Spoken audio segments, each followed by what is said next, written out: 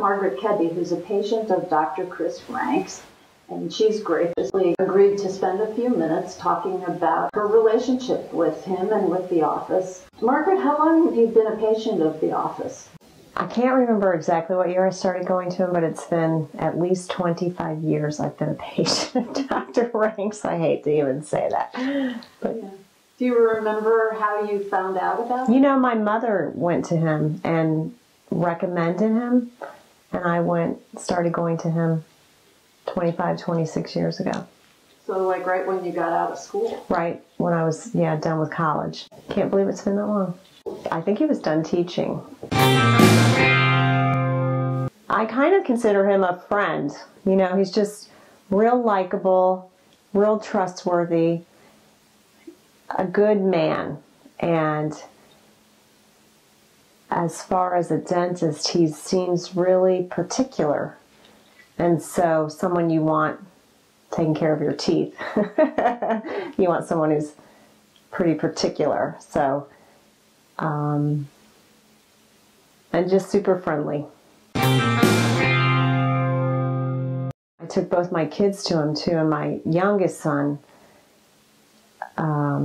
was a difficult patient for Dr. Rank, and so I was real nervous about taking him there and thought about going to a pediatric dentist, you know, someone that just takes kids. But Dr. Rank was so patient with him and worked just so well with him, and we never had to try somebody else. And I think that's a testimony to just how patient and just good with people that he is, because my son's outgrown that stage, but he went through a really difficult stage where it would be hard to get him to like open his mouth and keep it open for as long as you need to. Which we kind of laugh about now, because now my son is almost 20 and he's a really easy patient. But not when he was 4 or 5. It was scary. I can't even remember how many crowns I have. Maybe 6, maybe 7, maybe 8. I'm not sure. So I've seen a lot of Dr. Rank.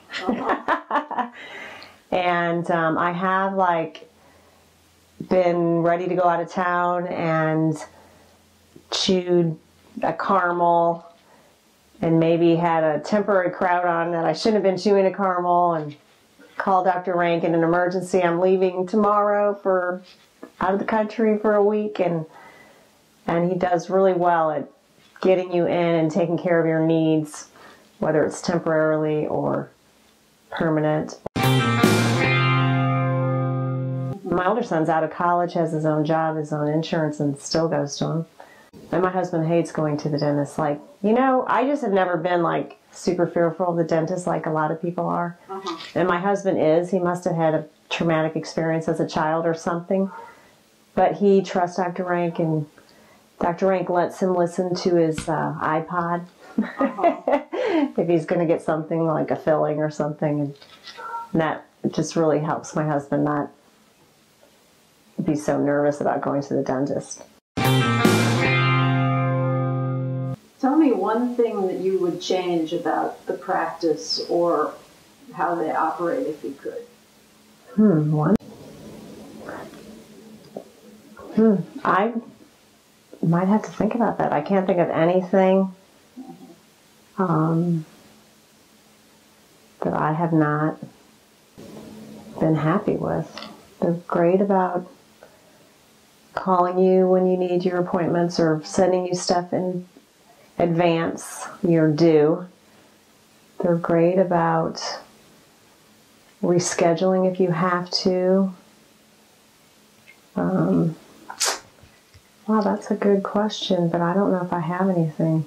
I don't even know. I mean, their hours are great for me, because I don't work, so I can get there. I don't know. What I always thought of was when your mouth is, you're working on your mouth and you want to talk to them. I always thought it'd be great if they got the keyboard so you could say, "So how's your son?" Or, "How much longer do you think this is going to take?" Or, but you can't talk. But that's not super important. But I don't know if they do have my husband brings his own iPod. Yeah. I've heard of some dental places having stuff there that you could use. But I've been with him so long, he's really kept up with, seems like the latest, greatest. Now his office is really amazing with all the computer. They talk to the computer and it records their stuff. So I can't think of anything really important that I've been extremely happy there. So unless they came to your house and did your dental work at your house, that'd be fabulous. I'm afraid this is